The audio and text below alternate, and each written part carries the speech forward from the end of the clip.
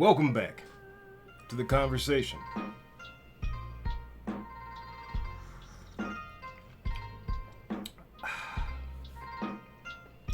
So, today I want to cover something that I think a lot of people kind of have a hard time with when it comes to dealing with clients, and that's potentially when you're discussing their ideas with you. They give you some ideas that when you first hear, you cringe immediately as a designer, as an experienced designer. And there is an innate kind of, feeling to agree with your client because you want to retain their business. And you think that if you tell them their ideas are great, they'll come back for more work. Especially when you don't have that many clients. You never want to offend your clients or offend them with what you think of their ideas. Because if you've been in the design space for long enough, if you've been seeing, how designs work, what will be successful, what will be unsuccessful, you tend to kind of know what feels right, and what is the right prescription for this, particular client's problem. Now, initially, when I first started doing design work, when somebody came to me with ideas, I would immediately go, we could do this. As I've grown and developed as a designer, I've learned that essentially you're not doing your client any favors by agreeing with all their ideas.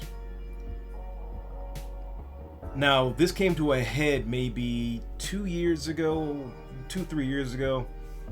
when I was working with a client. We worked together on some, several other projects. And what they wanted, something for their identity design. And what they were asking for was so astronomically different that the sketches I was giving them, they were like, this isn't what I want this. And I'm looking at it and I'm letting them know this is a super generic design. It's not going to work very well. And I've looked at it over the years. They've went with something else and it looks unprofessional, unfortunately. The reason I say it came to a head was at the point where you and the client are having this discussion about, the answer to their problem, and they insist on you making this, this homunculus of a design, this something that's going to make you look bad and the client look bad. It's always best to, part ways with the client, and that's not always. It's not very easy to do at all. Now, you take a deposit for a reason, and you let them know up front that, hey, I'm here to answer this problem for you. And if you want to get somebody else to do this, I understand that. But you have to convey the fact that you as a designer and the client, we are invested in their success. And the reason I put it that way is because when you are making identity work, or you're doing design work, or any kind of artistic endeavor for a client, you want them to be successful. You're like, oh yeah, that makes sense. So when they give you ideas that incur a lot of problems with them, in their actual ideas, you have to let them know that why you are disagreeing with their ideas. And that becomes a problem, or, kind of the issue when you are consulting your clients. When they are successful, you are successful. Where the disconnect can come from with a lot of designers and people in the creative field, they can be very introverted and they don't want to speak their mind. But when you are telling your client that up front, I want you to succeed more than you want to succeed, because if you succeed, you can come back to me for more work. This is a symbiotic relationship, depending on the size of the project. If it's a small one-off kind of thing, they need like a header or something, that success is going to be minimal as compared to doing somebody's identity design, their product launch, their product design. That's a whole other field. If you have a successful product launch, that's potentially tens of thousands of dollars. A successful brand launch, that's a potential tens of thousands of dollars. and revenue for the client. And, when you do good work, they'll come back to you. So impressing upon your client that their ideas aren't great may feel very uncomfortable at first, and it takes a lot of tact, a lot of practice, and a lot of understanding to convey what you feel in guiding your client down the right path. Now, once you've done all these things and the client, you give them all the reasons why their idea will not work, early on, sometimes you just have to finish the job, unfortunately, because you need the money. As you develop, as you gain some notoriety, as you gain your sea legs as a designer, it is always best to just, turn that client on to somebody else. Because when you gain this notoriety, you gain this reputation, and somebody shows them the design you made, I'm like, Khan made this? Oh yeah, that designer that, he's pretty popular. He did this design for me. And you're like, and they come back to you like, what is this design? I thought I thought this was your wheelhouse. That is when it comes back to bite you. That is when it's better to just cut ties with very bad design. Because essentially, the client becomes the designer and you become an order taker. And when the client wants to be a designer, they can hire somebody off of Fiverr for much less.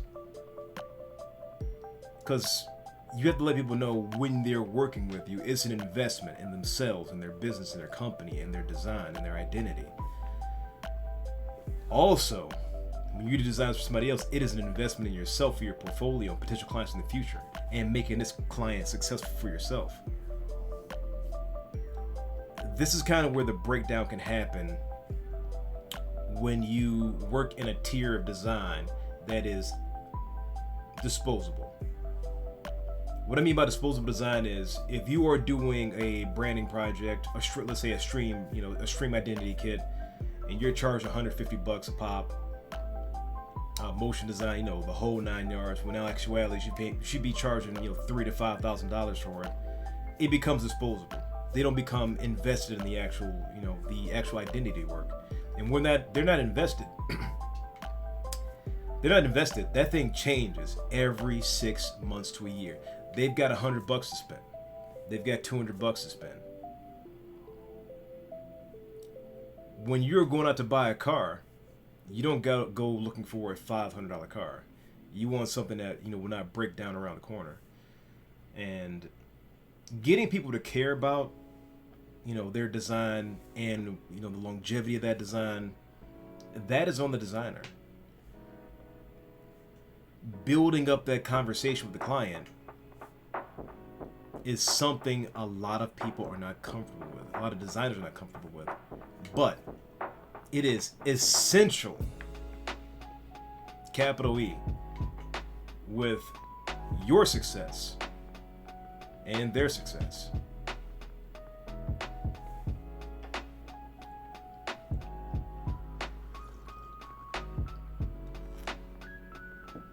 So when somebody has a really bad design, you don't have to be mean, but in your head you can go,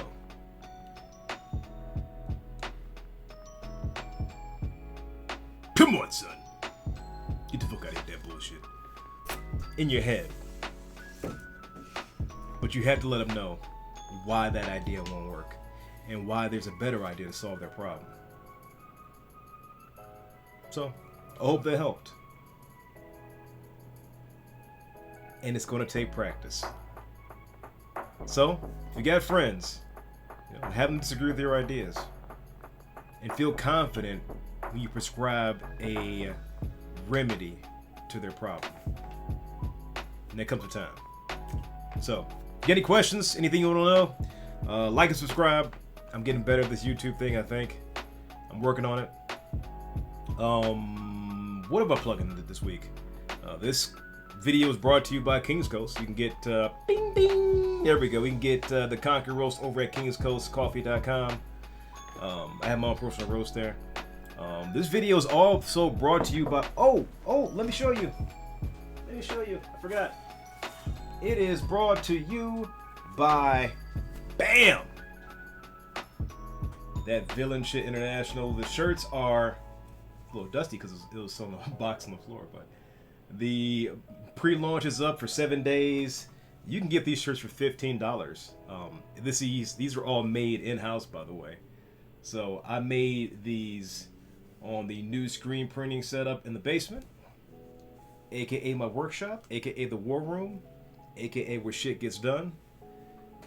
So that's up for 7 days. So next time the next YouTube video is out, the sale will be over, and the shirts will be like 20, and they got the hoodies up, so the hoodies will be going too, and the pre-order stickers will be going. So jump on it now.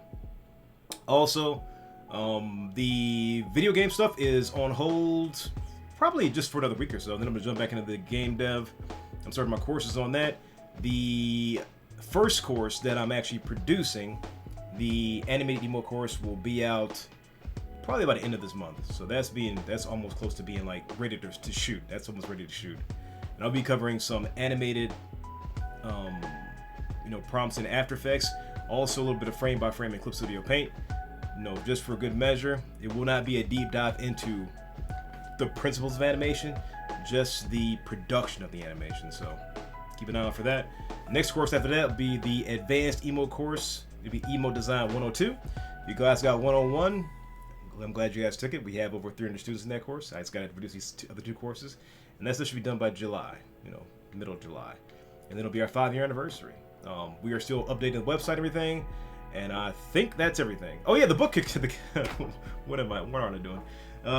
The comic book Kickstarter is already 100% funded, 107% funded. So you're gonna pick that up. You can link it.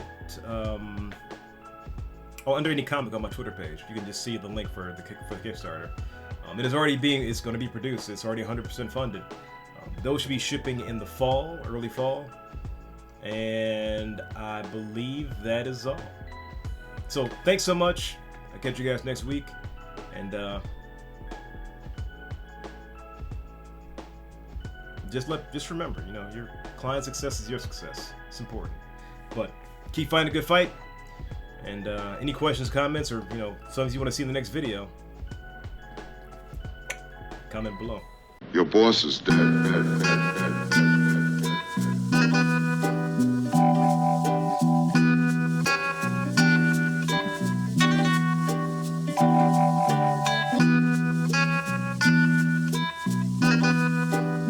Still alive. They hit him with 5 shots and he's still alive.